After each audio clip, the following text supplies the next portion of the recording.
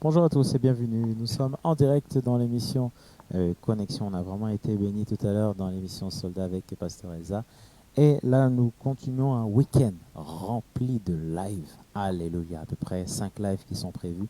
Et comme tous les vendredis, nous sommes déjà en week-end chez VL. Oui, parce que chez nous, le week-end, c'est du vendredi au dimanche et on bénit vraiment le Seigneur. Alors, je suis connecté avec le pasteur Petro. Maintenant, vous le connaissez bien. Et aujourd'hui, on va mieux le connaître. Bonjour, pasteur. Comment allez-vous? Bonjour, oui, ça va bien. Amen, amen. Oui, Toujours un plaisir de vous recevoir hein, sur le plateau à distance. Hein. de même, oui, moi je suis content toujours d'être avec vous. C'est un Amen. plaisir et c'est aussi une bénédiction. Je pense que c'est bien oui, le partage, la connexion qu'on a et aussi de pouvoir être une bénédiction pour les uns les autres, pour les gens qui regardent. Amen. On a vraiment été bénis lors de votre passage sur ce plateau à distance par rapport, on va dire, à ce thème qui nous a tellement bénis. Et là, pasteur, il y a une suite. Bien sûr, on va parler les promesses dans la vie chrétienne. Mais avant de démarrer cette émission, on souhaite quand même une belle présentation du pasteur Petro. Hein. Oui, donc voilà, qu'est-ce que je dois dire? Je suis hollandais d'origine. Oui, Mais je suis aussi français, j'ai double nationalité. Ça fait plus longtemps que je suis en France que j'ai vécu aux Pays-Bas.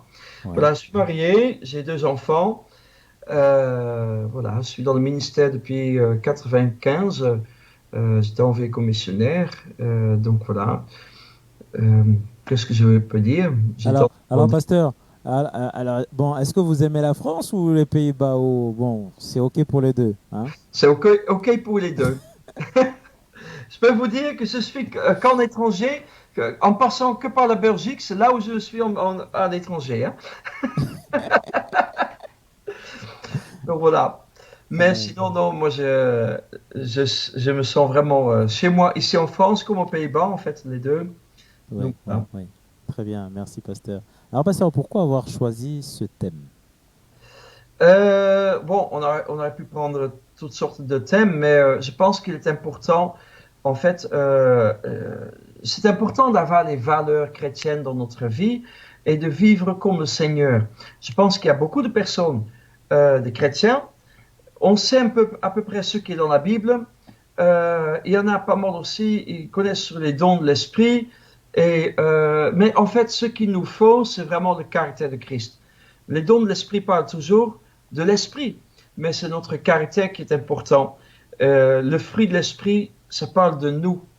Hein? Le fruit, notre amour pour les autres, en fait, que Dieu a travaillé en nous, son amour, son caractère qui est maintenant, qui reflète à travers nous. Et bien sûr, personne n'est parfait, moi non plus, mais on doit avancer dans ces choses-là. Et donc, je pense que c'est important de parler des promesses.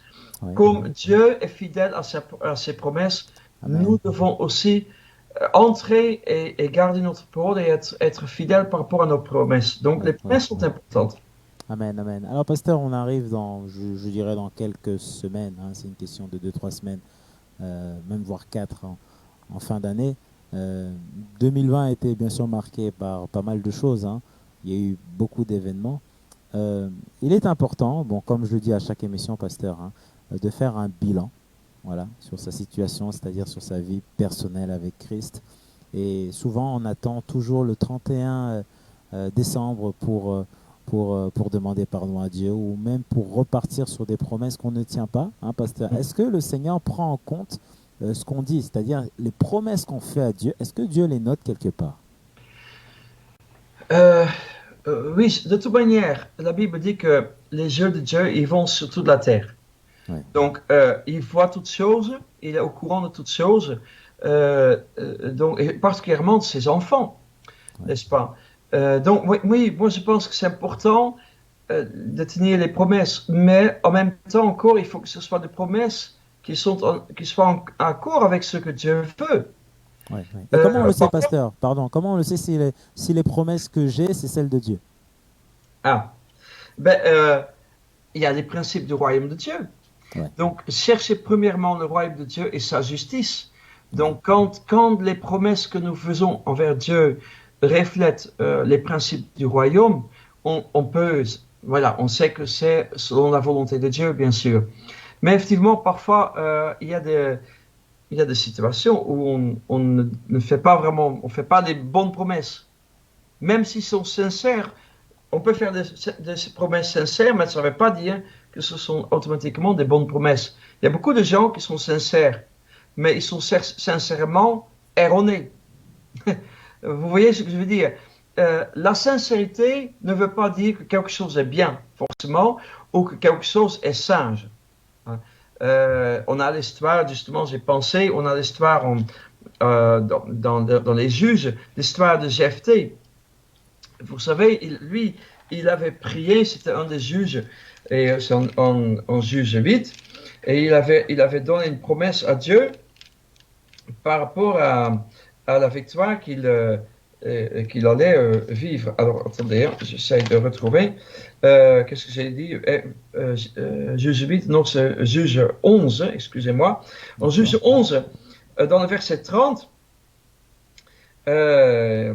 voilà, verset 29, je peux lire. L'esprit de l'Éternel fut sur Jephthé, qui traversait Galate et Manassé. Il passait par Mitzpah et Galate, et de Mitzpah de Galate, il passa jusqu'à chez les Ammonites.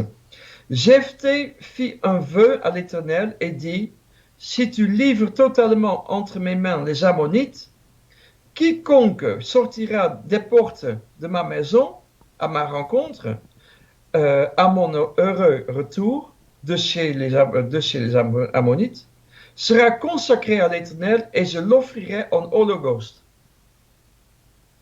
Là, il a fait une promesse qui n'est pas terrible.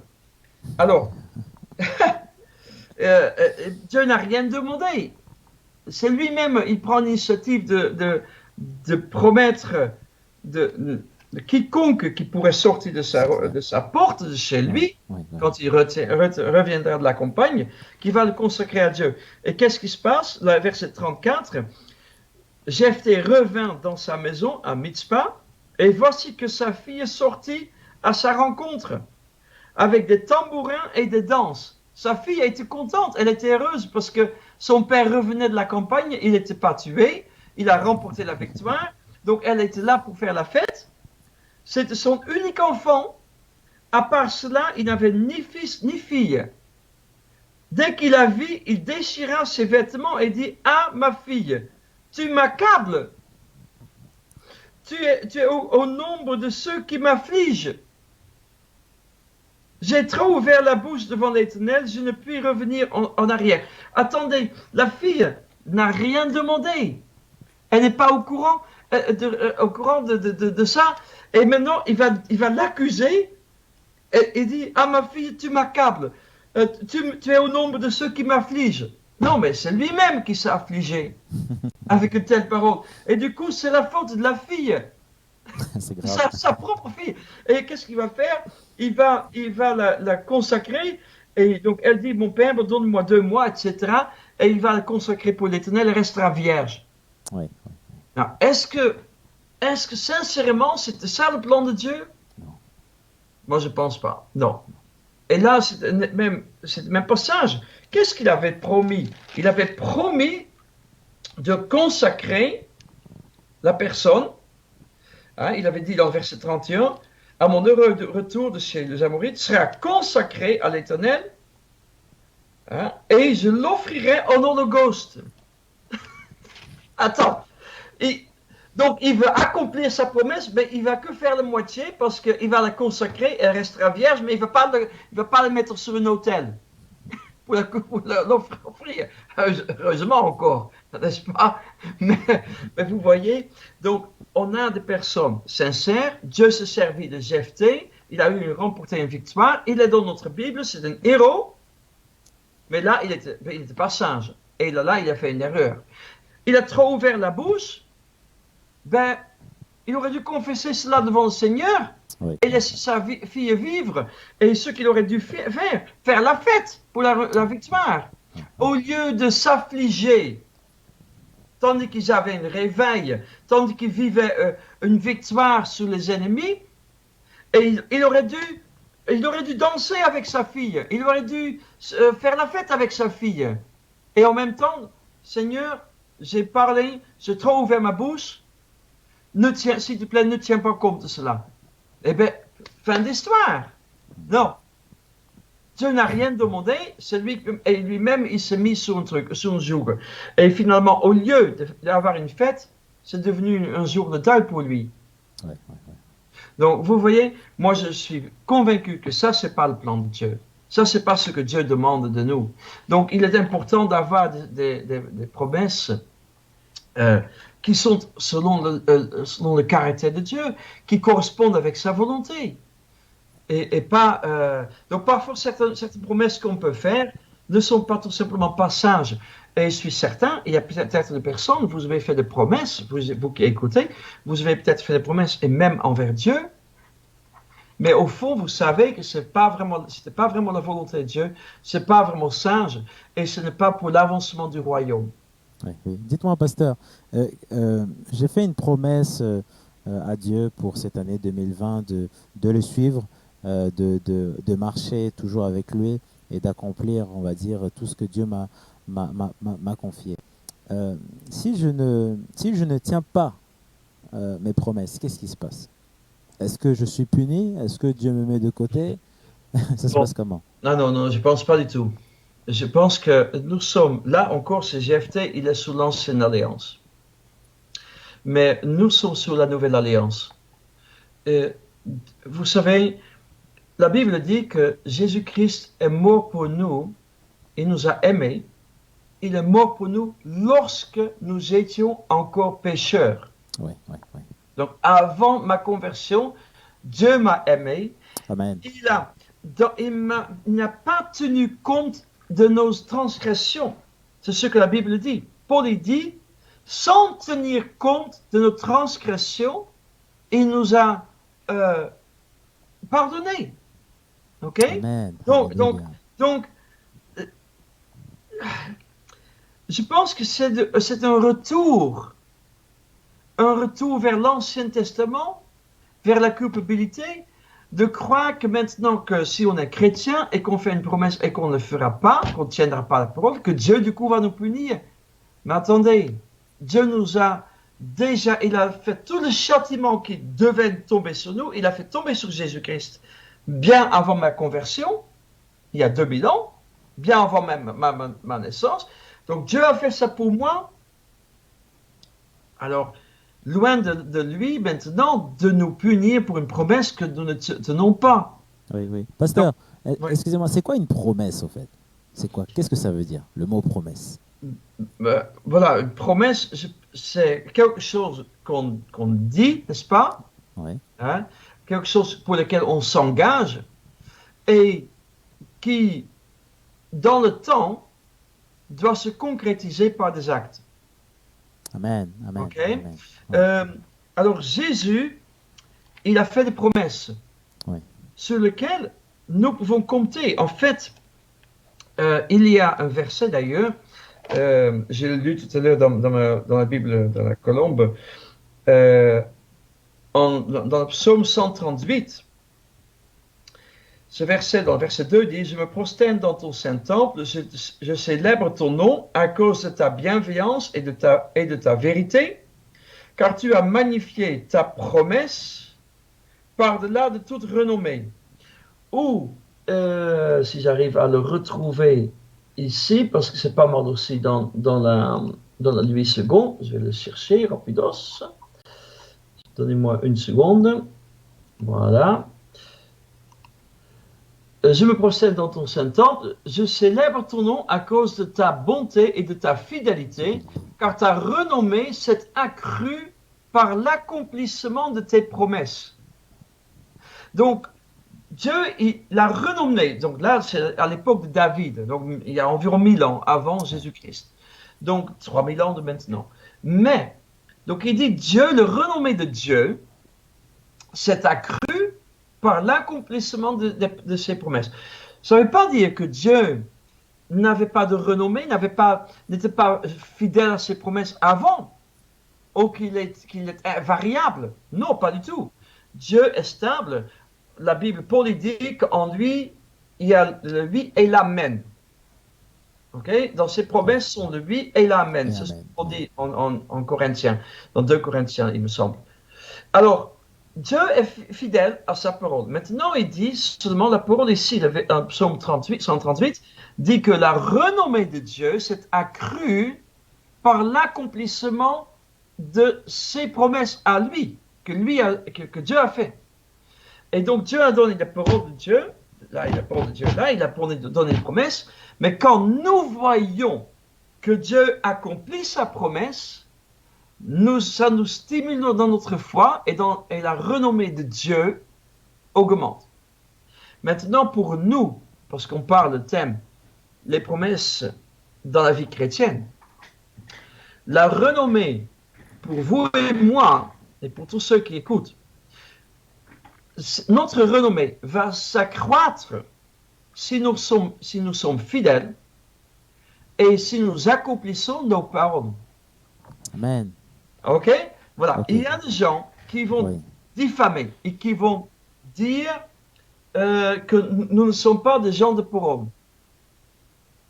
En fait, qui nous sommes va être déterminé par rapport à ce que nous faisons en accord avec tout ce que nous disons. Okay?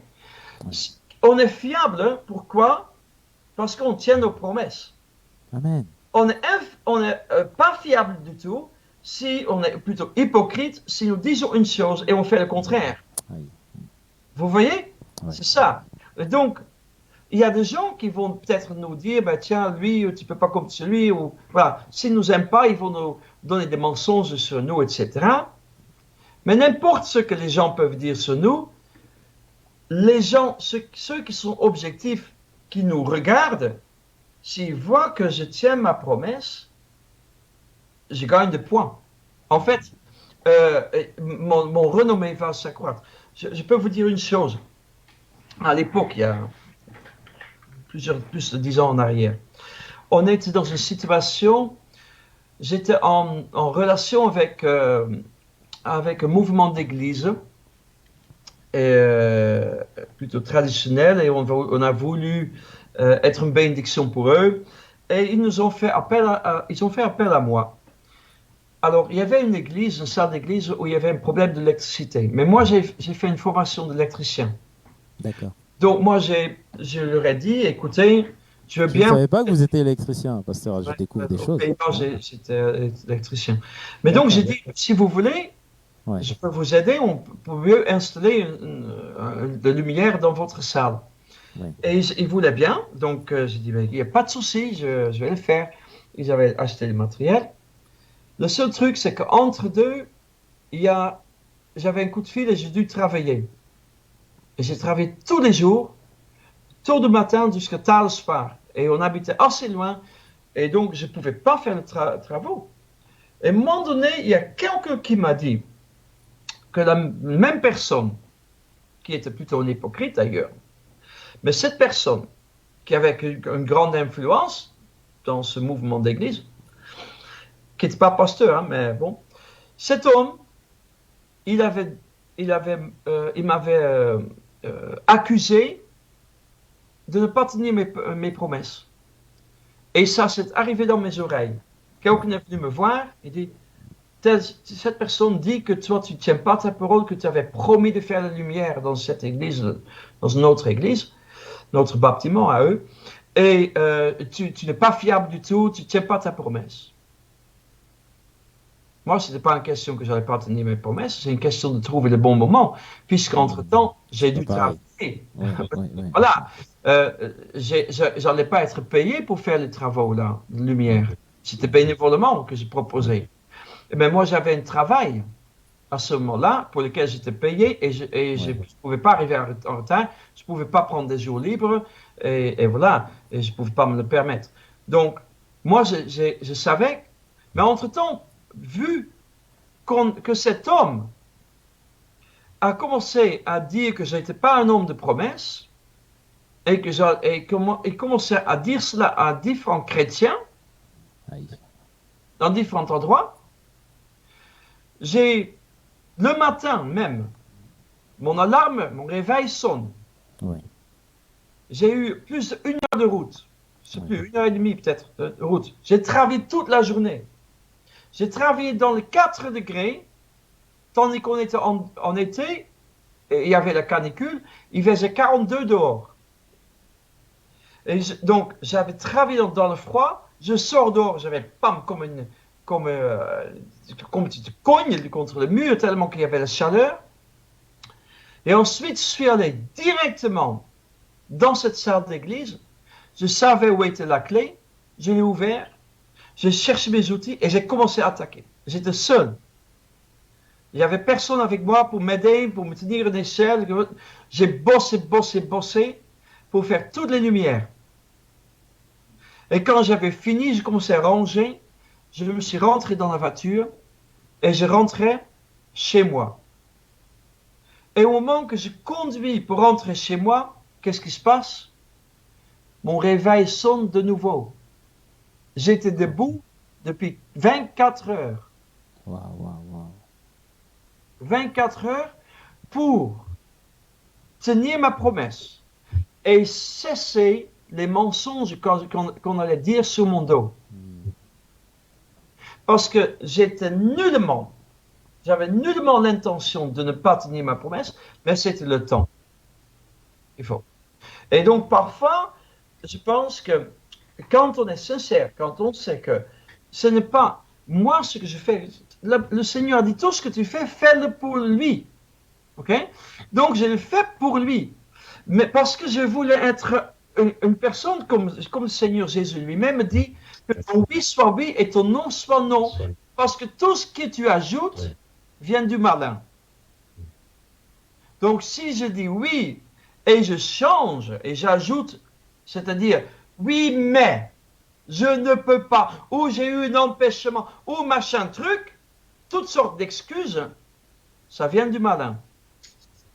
Donc j'aurais dû mieux fermer ma bouche. Mais comme pour moi, ma parole est importante, parce que ça disait quelque chose sur moi, j'ai tenu la promesse. Je peux vous dire, j'étais fatigué. Hein. J'étais fatigué et je me suis mis vraiment, j'ai dû me concentrer sur la route de retour. J'avais des routes de montagne et tout. Donc, franchement, c'était dur. Mais je ne permettais pas que cet homme allait dire des mensonges sur mon dos. Alors, ce qu'on voit dans le psaume 138, il y a une autre version dans le King James. La Darby dit ceci, la Bible Darby. Donc, c'est le même verset de psaume 138, verset 2. Donc, là qui a dit, ta renommée s'est accrue par l'accomplissement de tes promesses. La Darby dit, tu as exalté ta parole au-dessus de tout ton nom. Oui. Au-dessus de toute ton renommée. C'est ça. Dieu est fidèle pourquoi? Dieu, on peut compter sur lui. Pourquoi? À cause de sa parole. Amen. La parole d'une personne dit tout sur la personne. La personne va tomber ou rester debout ou s'accroître en renommée selon sa parole et l'accomplissement de ses promesses. Et là, donc, tu as exalté ta parole au-dessus de tout ton renommée. Donc, moi, en fait, j'étais fatigué, j'avais absolument pas envie, j'étais crevé, mais parce que j'ai mis l'importance de ma propre parole, ma promesse, au-dessus de moi-même, au-dessus de comment je me sentais, j'ai dit, je vais régler ce problème tout de suite, et j'ai travaillé 24 heures, du coup. Tu vois?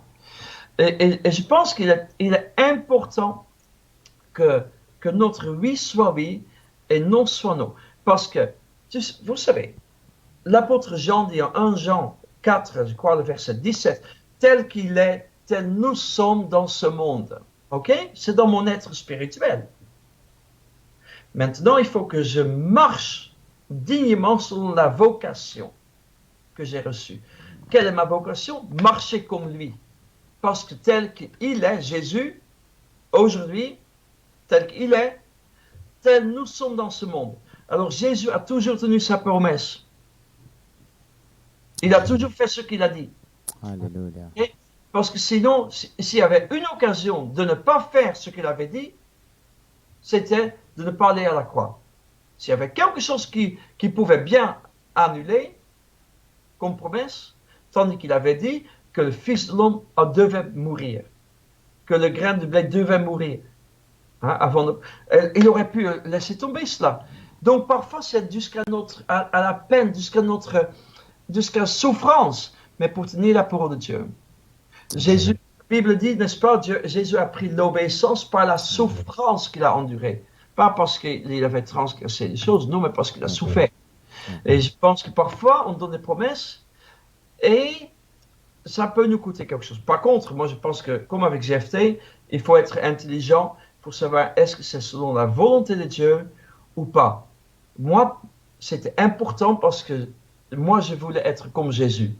Et j'avais donné une promesse pour la gloire de Dieu. C'était pour un bâtiment d'église. Alors, quand ça tourne pour me faire croire que moi, je vivais comme le diable, eh bien, moi, j'ai choisi de tenir ma promesse. Vous voyez? Oui. Alors, Voilà. pasteur, waouh, on a vraiment été béni par quel beau témoignage, hein, pasteur, hein. Pour revenir, pour terminer sur ce témoignage, est-ce qu'on vous a fait ensuite des remarques? Est-ce que le frère en Non. question vous a appelé par la suite en Non. vous remerciant? Peut-être même pas, Ah rien. non. Ah Rien du non. tout. Ah non, tout. Ah, au pire, le contraire. Il a aussi menti plus tard sur moi. Il avait une grande influence dans cette église. Ils ont menti sur moi. Et comme il y avait une promesse d'une maison qui était liée d'une manière ou d'une autre avec cet homme aussi, le comité et tout, eh bien, ils ont réussi à nous virer de notre maison, tandis que ma femme est enceinte de 7 mois. Oh là là là. Les chrétiens, hein, qui parlent.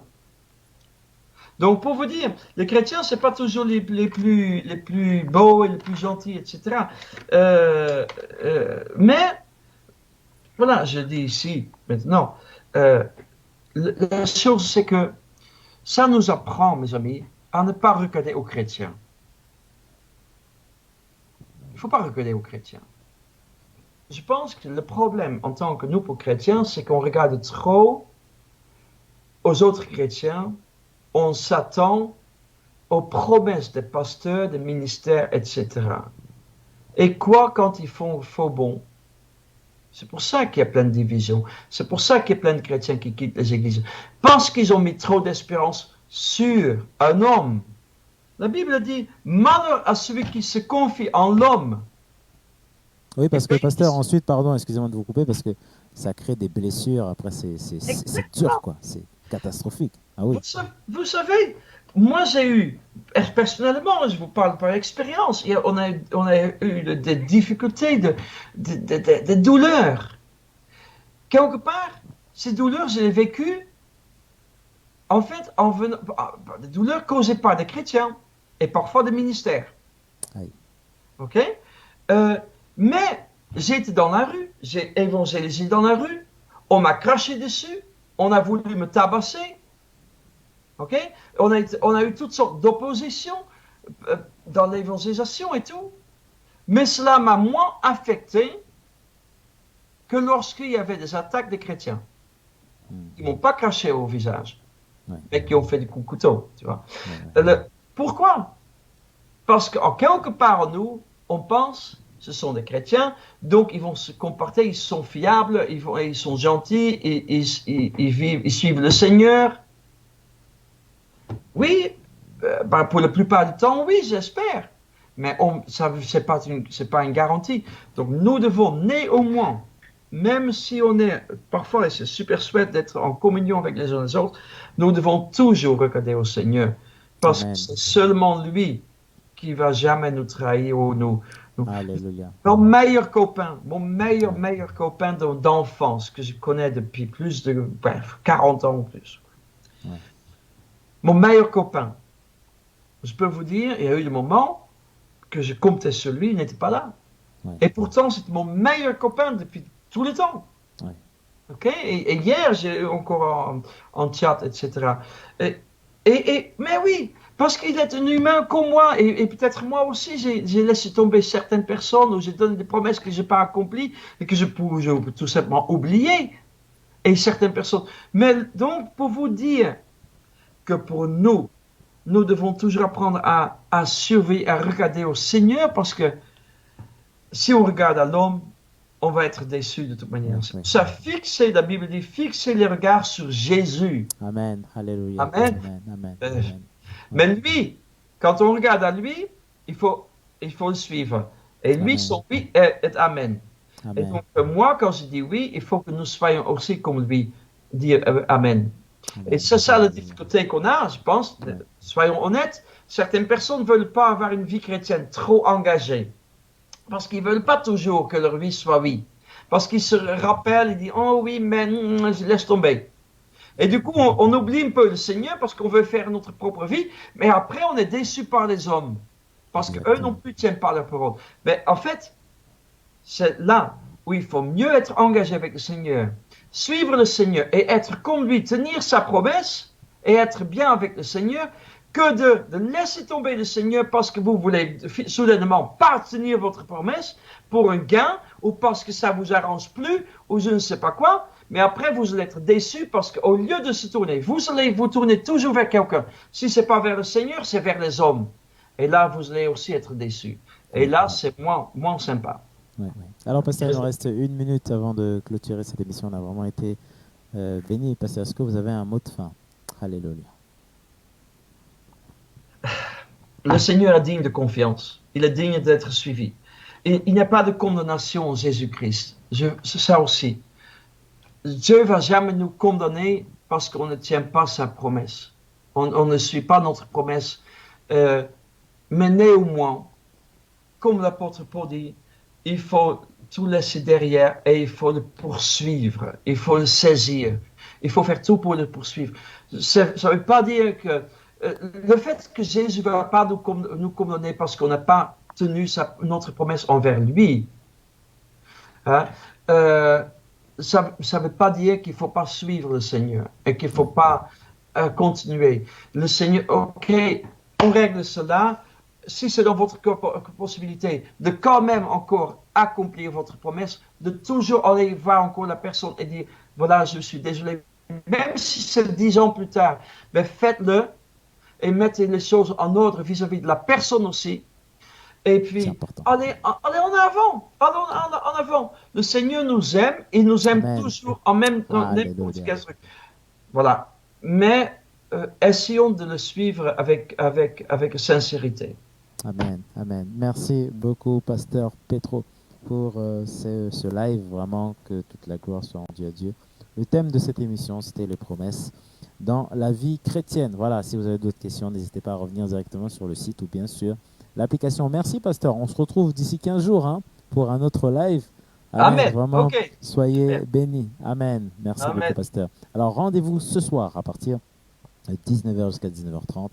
Et nous recevrons donc la pasteur Sandra du Canada. Et le thème de cette émission, c'est Prenons courage. Voilà, donc l'émission devait se faire la semaine dernière, mais quand il y a eu des soucis techniques, et bien, cette émission est reportée pour demain. N'oubliez pas aussi de soutenir le ministère en faisant un don tout simplement sur victoire-live.com. J'en profite aussi pour remercier tous les donateurs pour le mois d'avril sur la somme qui a été atteinte, 4 200 € sur 7 000 €.